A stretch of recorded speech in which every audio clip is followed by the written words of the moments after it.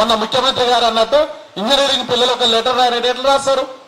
6th క్లాస్లో వాడు నేర్చుకోవాల్సిన సబ్జెక్టు నేర్చుకోకపోతే వాడు ఎట్లా రాస్తాడు? కాబట్టి వీటి తెలంగాణ పబ్లిక్ స్కూల్స్ కావచ్చు, ఇంటిగ్రేటెడ్ స్కూల్స్ కావచ్చు, వాళ్ళ పొలిటికల్ ఏజెండా ఏదైనా కావచ్చు, కానీ ఇక్కడ ప్రస్తుతం ప్రజెంట్గా పిల్లలు నష్టపోతున్నారు.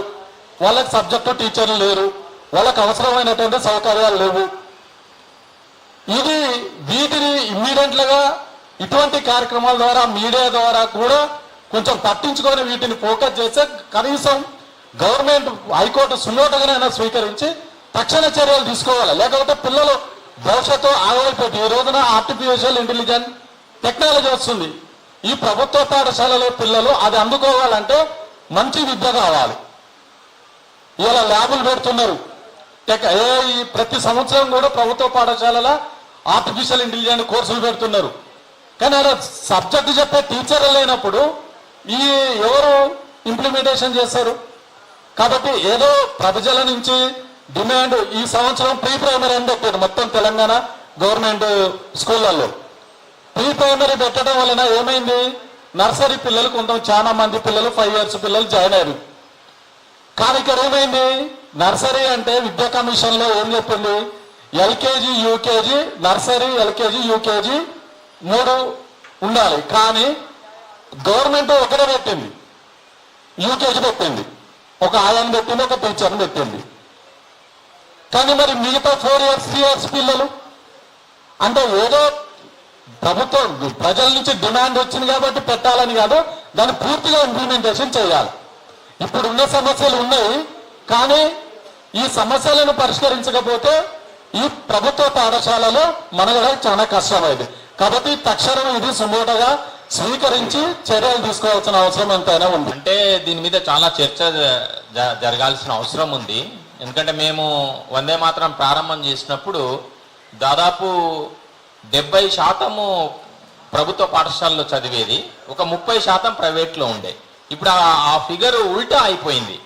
ఉల్టా అయితే మా కళ్ళ ముందు కూడా మూసేస్తున్నారు అన్నదాన్ని మేము జనరల్గా బ్లైండ్గా కూడా మేము యాక్సెప్ట్ చేయట్లేదు. ఎందుకనంటే ఆ బల్లో ఒక మాడుగుల మండలం తీస్తే మండల్ హెడ్ క్వార్టర్లో ఉన్న బడిలో 500 మంది పిల్లలు ఉన్నారు. మిగతా ఆర్కపల్లి ఆడ 30 మంది పిల్లలు ఉన్నారు. ఇంకేదో అందుగుల ఆడొక 20 మంది పిల్లలు ఉన్నారు. కాబట్టి వీటన్నింటి మీద కొంత చర్చ జరగాలి. ఒక ప్రయత్నము బస్ ఫెసిలిటీ ఇంతకుముందు లేదు. ఇంతకుముందు మనకేంటంటే ఎవ్రీ 5 kilometers ఒక హై స్కూల్ ఉండాలి, ఎవ్రీ 1 kilometer ఒక ప్రైమరీ స్కూల్ ఉండాలి. ఎందుకంటే విద్య మీద అవేర్నెస్ లేని కారణంగా పిల్లలంతా బడిలో ఉండాలి, పెద్దలు పనిలో ఉండాలన్న ఒక ఉద్యమం లాగా ఎంవి ఫౌండేషన్ ఎంతో మంది చేస్తే ఇప్పుడు అవేర్నెస్ వచ్చింది. తల్లిదండ్రులు మీకు ఎక్కడ బడి వసతులతో ఉంటే అక్కడికి పంపించడానికి రెడీగా ఉన్నారు. కాబట్టి రెసిడెన్షియల్ స్కూళ్ళు కాకుండా డే స్కూళ్ళని కొంత మెర్జ్ చేసి అయినా సరే ముందుకు తీసుకెళ్తే ఏమి నష్టం ఏం లేదు. అన్ని వసతులు ఉండాలి.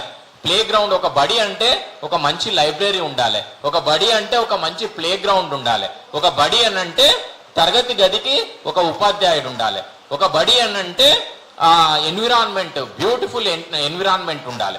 ఇవన్నింటితో కూడిన బల్లని గ్రామీణ ప్రాంతాల్లో ఇస్తే మొదట సంతోషపడేది మా ఆర్గనైజేషన్. కాబట్టి ఆ విధంగా ఎప్పుడు సమస్య వచ్చినప్పుడు అన్ని కోణాల నుంచి మనం ఆలోచించాల్సిన పరిస్థితి కూడా ఉంది. కాబట్టి ఈ ఊరి బడిని కాపాడాలి అన్నదే ఈ పోస్ట్ కార్డ్ యొక్క ఉద్యమం. ఆ ఊరి బడిలో వసతులు పెంచాలి, ఆ పేద పిల్లలకి మంచి క్వాలిటీ ఎడ్యుకేషన్ ఇవ్వాలన్నదే ఈ పోస్ట్ కార్డ్ ఉద్యమం యొక్క ముఖ్య ఉద్దేశం.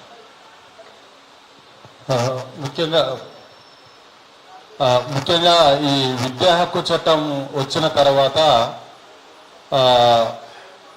విద్యా హక్కు చట్టం ముందు, విద్యా హక్కు చట్టం వచ్చిన తర్వాత కూడా ఎటువంటి మార్పు లేదు. విద్యా హక్కు చట్టం వచ్చిన 3 సంవత్సరాల లోపు ఏదైతే రిక్వైర్మెంట్స్ ఉన్నాయో, అంటే పిల్లలకు తగ్గటువంటి టీచర్లు లేరో, తరగతి గదులు లేవో, ఆట స్థలాలు లేవో, ఇట్లా ఎంటైటిల్మెంట్స్ ఏవైతే ప్రాబ్లం ఉన్నాయో అవన్నీ కూడా 3 సంవత్సరాల లోపు పూర్తి చేయాలని విద్యా హక్కు చట్టంలో ఉన్నది. కానీ ఇప్పటి వరకు కూడా పూర్తి స్థాయి ఇంప్లిమెంటేషన్ లేదు. దీనివల్ల ఏమైందంటే ముఖ్యంగా సార్ చెప్పినట్టు గ్రామీణ ప్రాంతంలో ఉన్నటువంటి పాఠశాలలు, ఎగ్జాంపుల్ గద్వాల, జోగులాంబ గద్వాల జిల్లాలో టోటల్ ఎంటైర్ తెలంగాణ జిల్లాలలో ఉన్నటువంటి జిల్లాలో అత్యధికంగా చాలా ధ్వంసమైనటువంటి బళ్ళు, ముఖ్యంగా గట్టు, కేటిదొడ్డి, మల్లకల్, దరూరు ఈ 4-5 మండలాలలో మరీ పాఠశాలల ధ్వంసం. ఎందుకంటే 2010 నుంచి కాక చూసుకుంటే ఉపాధ్యాయుల రిక్రూట్మెంట్ 0 లెవెల్ ఉంది ఇప్పటి వరకు కూడా. టీచర్లు రిక్రూట్మెంట్ అవుతారు, కానీ ఆ రిక్రూట్మెంట్ పిల్లలకు అనుకూలంగా రిక్రూట్మెంట్ జరగదు. రిక్రూట్మెంట్ జరుగుద్ది, 3 సంవత్సరాల తర్వాత టీచర్లంతా మళ్ళీ ట్రాన్స్ఫర్ అయిపోతారు. యాజ్ ఇప్పుడు కూడా మనకు తెలంగాణ జిల్లాలన్నిటికంటే గద్వాల జిల్లాలో ఎక్కువ స్ట్రెంత్ ఉంటుంది. మనం ఒకసారి డాటా పరిశీలిస్తే పిల్లలు ఎక్కువ సంఖ్య ఉంటారు, టీచర్ల సంఖ్య తక్కువ ఉంటుంది ఇప్పటి వరకు కూడా.